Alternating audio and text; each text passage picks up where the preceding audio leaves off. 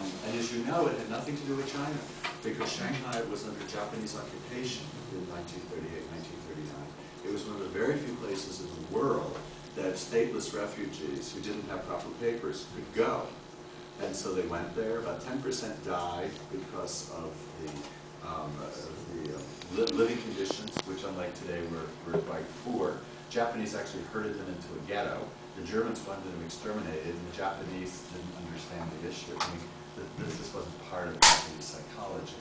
So they were allowed to survive. After the war, they went overwhelmingly to Israel and to the United States. A few of those people, like Professor Yaffe, who taught Chinese at Hebrew University, he had been in Shanghai.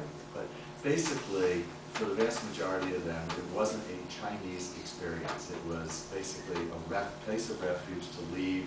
There were a small handful of communists, like a couple of dozen, who actually stayed on after 1949. And I'm trying to think of this one's name. You wrote a book about it, but he was put under house arrest as a bourgeois nationalist during the Cultural Revolution. So basically, it all started again in the 1970s and the 1980s. As far as the Dominican Republic, I don't know why. I don't know. It's just a very kind of interesting point that only the Dominican Republic would even think about this, where in the other 34 countries were even willing to do it. Wait, how about I was going to add to the Japanese.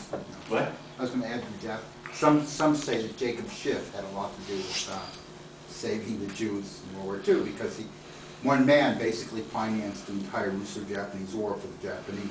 Oh, you mean back in 1904? Yeah, and I think some people say the Japanese can remember that. And the relationship between that and JTS is extensive too.